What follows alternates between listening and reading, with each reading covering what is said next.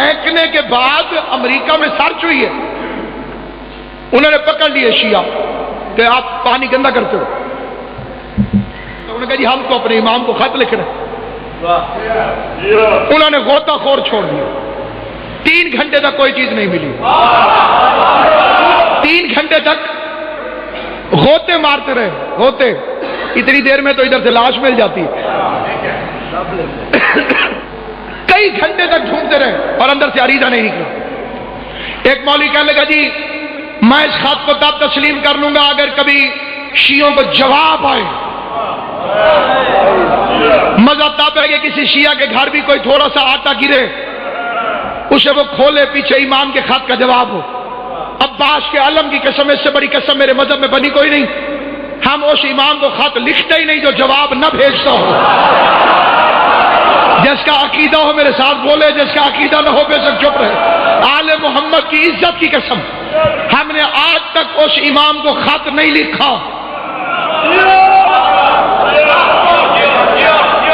جو جواب نہ دیتا، لیکن تیری غلط فہمی یہ ہے کہ ہر خط کا جواب خط نہیں۔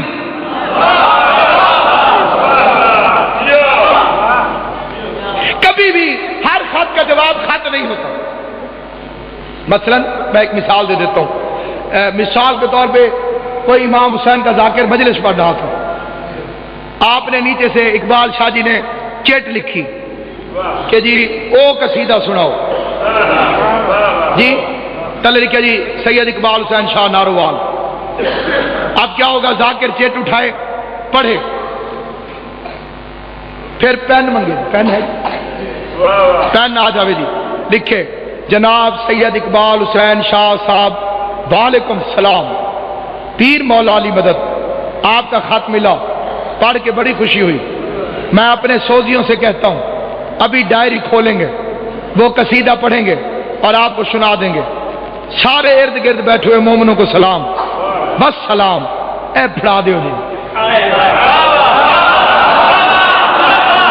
ایمان سے بتاؤ کبھی ایسا ہوا ہے؟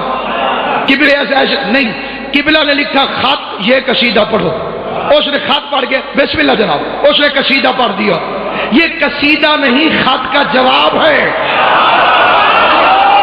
امام حسین تمہیں سلامت رکھے، مومن نے لکھا مولا مہدی بیٹا دے دے، اگلے سال تک بیٹا مل جائے، امام کے خط کا جواب نہیں دو اور کیا۔